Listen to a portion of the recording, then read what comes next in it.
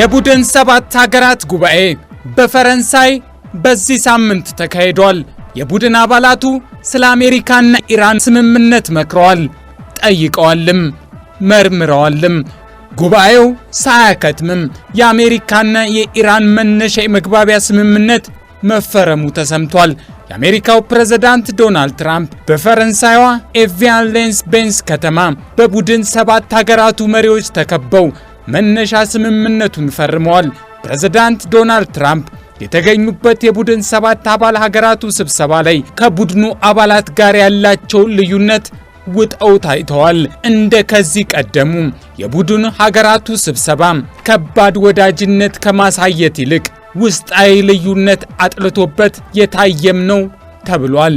የቡድን አባል ሀገራቱም ባለ ሁለት መልክ ሆነው እንደቀረቡ እየተነገረ ነው። ከቡድን ሰባት አባል ሀገራቱ ጋር በታሪፍና በንግድ በጂኦፖለቲካዊ ጉዳይም ጭምር መካረር ውስጥ የገቡት ትራምፕ የቡድኑን አንድነትና ህብረት እየተፈታተኑም እንደሆነ የሚያምኑ ብዙዎች ናቸው። ይሁን እንጂ ስምምነቱን ያሳኩባት የፈረንሳይ ከተማ መሪዎቹን አሰባስባለች።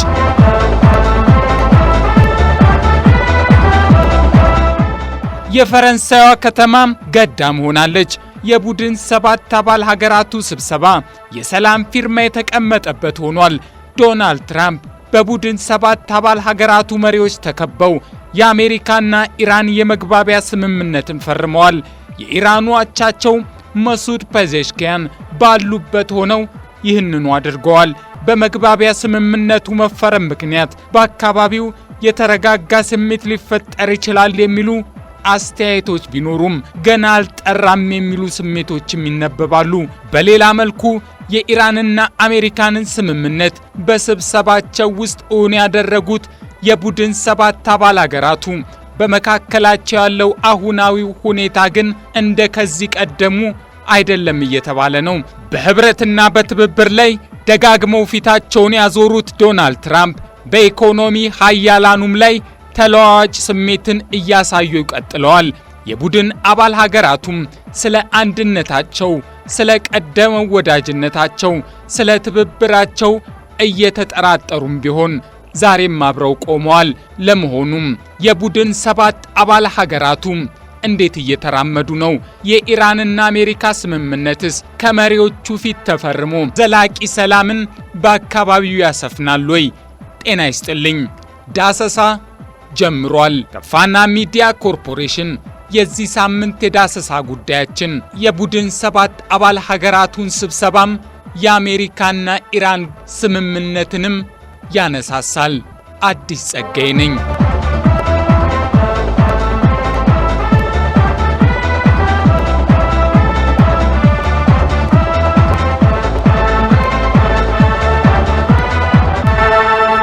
አሜሪካም ዛሬም የቡድን ሰባት አባል ሀገር ነች።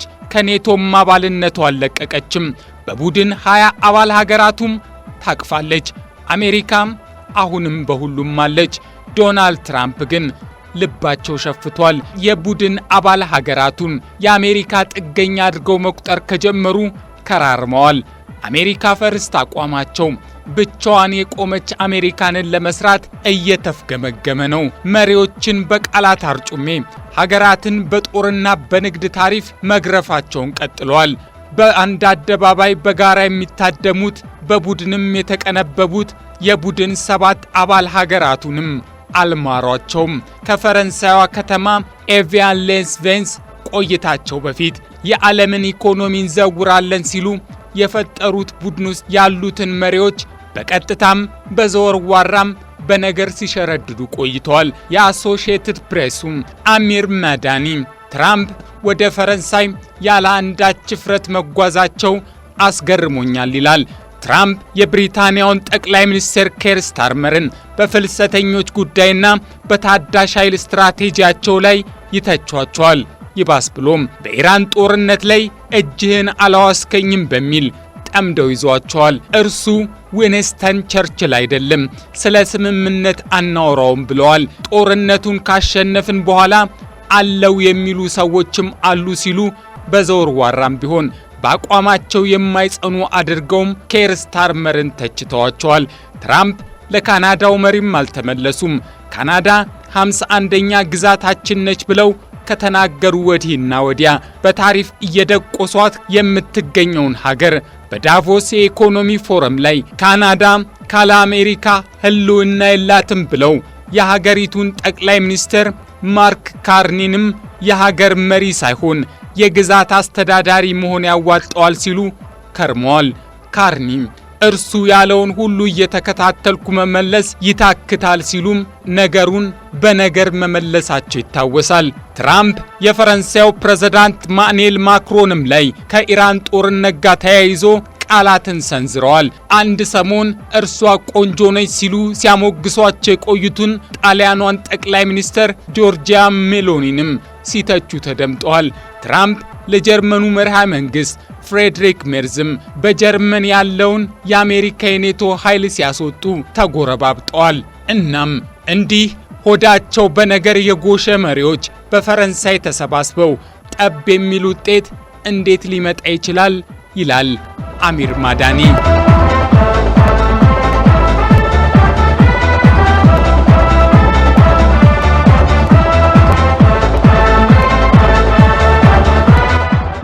የቡድን ሰባት ሀገራቱ ስብሰባ አንደኛውን ጉዳይ ይዞ አንዱን ደሞ በንጥልጥል አስቀምጦ ተጠናቋል። ትራምፕ በማጠናቀቂያው ቀን በመሪዎቹ ፊት እኔ አለቃው ነኝ ሲሉ ተደምጠዋል።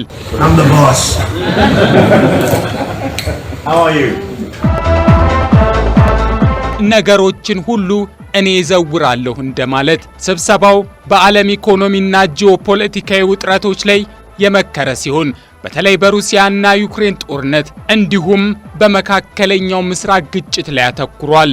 አንዱን በስምምነት ቋጥረው ወጥተዋል። የሩሲያና የዩክሬን ጉዳይ ግን ሀገራቱን በአንድ መስመር የሚያራምዳቸው አይመስልም። እርግጥ ነው የዩክሬኑ ፕሬዝዳንት ቮሎዲሚር ዜሌንስኪ በቡድን ሰባት አባል ሀገራቱ ስብሰባ ላይ ተገኝተዋል።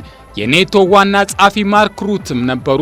ዜሌንስኪ ከዚህ ቡድን ድጋፍ እፈልጋለሁ፣ የተኩስ አቁምና የሰላም ስምምነትን ቢደረግ ምርጫችን ነው፣ ይህ እንዲሆን በሩሲያ ላይ ግፊት ማድረግ ይገባል ብለዋል። የቡድን ሰባት አባል ሀገራቱ መሪዎች በዓለም የማዕድናት ገበያና በአርቲፊሻል ኢንተለጀንስ የሚፈጠሩ የሥራ ዘርፎች ላይ ተመሳሳይ ትኩረትና ፍላጎት ያሳዩ ቢሆንም በዩክሬን ጉዳይ ላይ ግን አሁንም የአውሮፓ ሀገራቱ ፍላጎት ከአሜሪካ ጋር በተነጻጻሪ ተቀምጧል። በተለይ ብሪታንያ፣ ፈረንሳይና ጀርመን አሁንም የዜሌንስኪን መንግስት መደገፍ የመረጡ ሲሆን አሜሪካ ግን ዳርዳር እያለች ነው።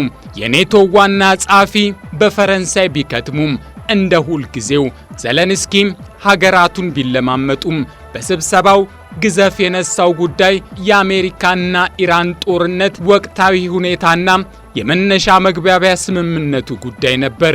ይህ በእንዲህ እንዳለ ግን ከቡድን ሰባት አባል ሀገራቱ ስብሰባ መጠናቀቅ በኋላ ዩክሬን በሩሲያ ነዳጅ መሰረተ ልማቶች ላይ የፈጸመችው ጥቃት በቡድን ሰባት አባል ሀገራቱ የተናጥል ውይይት የተዘጋጀ አዲስ የሩሲያን ኢኮኖሚ መሰረት ያደረገ ጥቃት እንደሆነም ይታመናል። ዶናልድ ትራምፕ በስብሰባው ወቅት ጦርነቱ ሩሲያን በ2014 ከቡድን 8 አባል ሀገራት ካስወጣችሁ በኋላ የተከሰተ ነው ሲሉ ሰባቱን ሀገራት በነገር ሲጠዘጥዙ እንደነበር ሰምቻለሁ ሲሉ የክሬምሊኑ ቃል አቀባይ ዲሚትሪ ፔስኮቭ ተናግረዋል።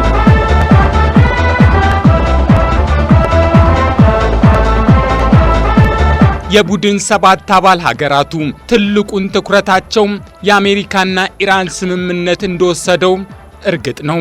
ለዚህም ይመስላል የመነሻ ስምምነቱ ከተፈረመ በኋላ የፈረንሳዩ ፕሬዝዳንት ኢማኑኤል ማክሮን ደስታቸውን ለመግለጽ የቸኮሉት።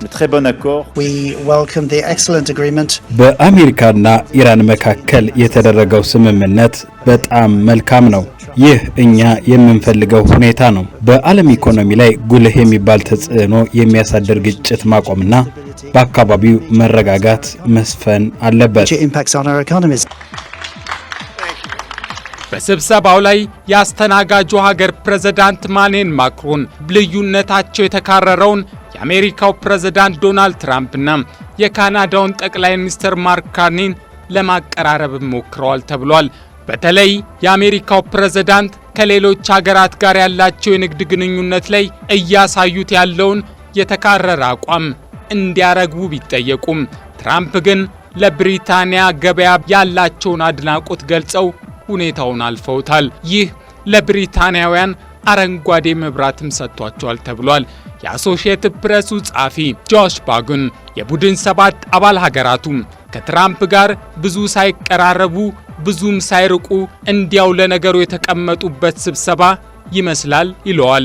የዓለም አቀፍ አስተዳደር ተመራማሪ የሆኑት አያል ኢቫኖቭ እንደሚሉት ደግሞ ቡድን 7ና ሌሎችም አሜሪካንን የያዙ ተቋማትና ቡድኖች በአሜሪካ ፍላጎትና ስሪት የተዋቀሩ መሆናቸው አሁን ያጋጠማቸው አይነት የህልውና ፈተና ውስጥ እንዲወድቁ ምክንያት ሆኗል ይላሉ።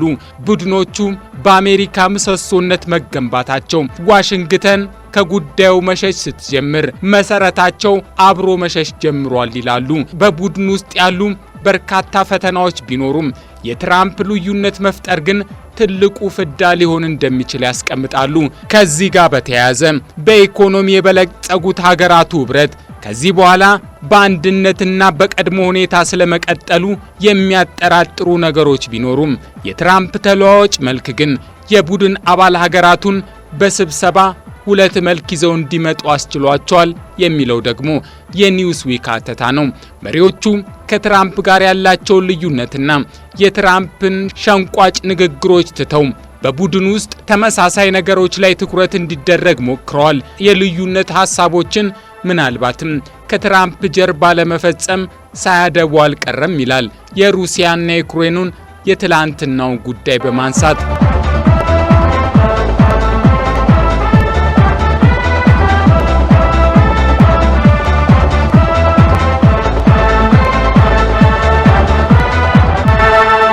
አሜሪካንን ጨምሮ ብሪታንያ፣ ፈረንሳይ፣ ጀርመን፣ ጣሊያን፣ ካናዳና ጃፓንን የያዘው ቡድን 7 ከሩቅ ምስራቋ ጃፓን ገለልተኝነት በቀር በምስራቅ አውሮፓውም በመካከለኛው ምስራቅ ጦርነቱም ውስጥ መግባታቸው ልዩነታቸውን እያሰፋ መምጣቱና ለቡድኑ ህልውናም ስጋት መሆኑ እየተነገረ ነው። በዓለም ላይ የሚደረጉ ኢኮኖሚያዊ እንቅስቃሴዎችን ለመወሰን የሚሰባሰበው ቡድኑ በጂኦፖለቲካዊ ፈተናዎችና በግጭቶች እየተናወጠ ቀጥሏል።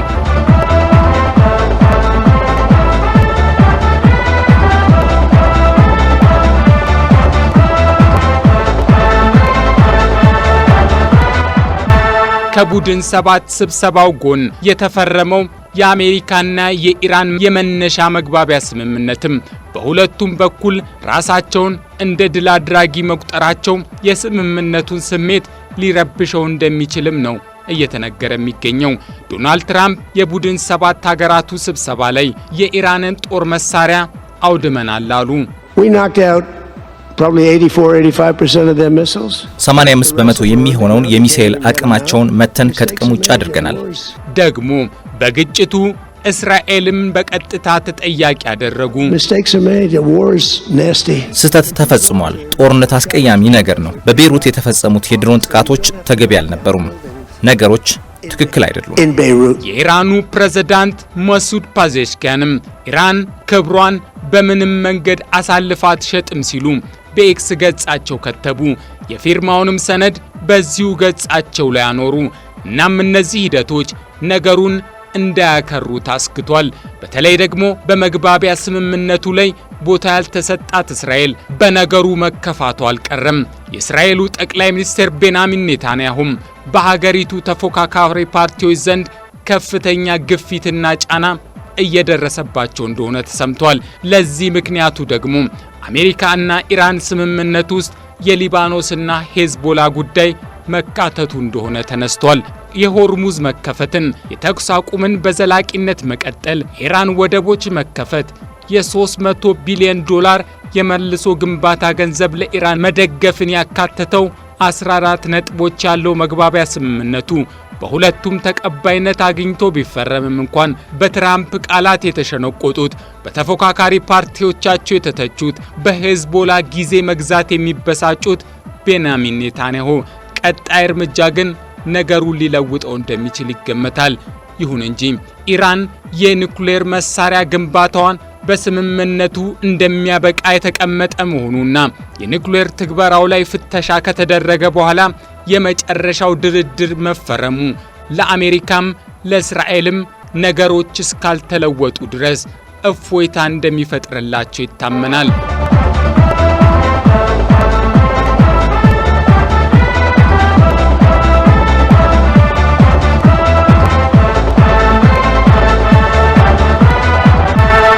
የዛሬው ዳሰሳ በዚህ ያበቃል። መልካም ሳምንት እንዲሆንላችሁ ተመኘን።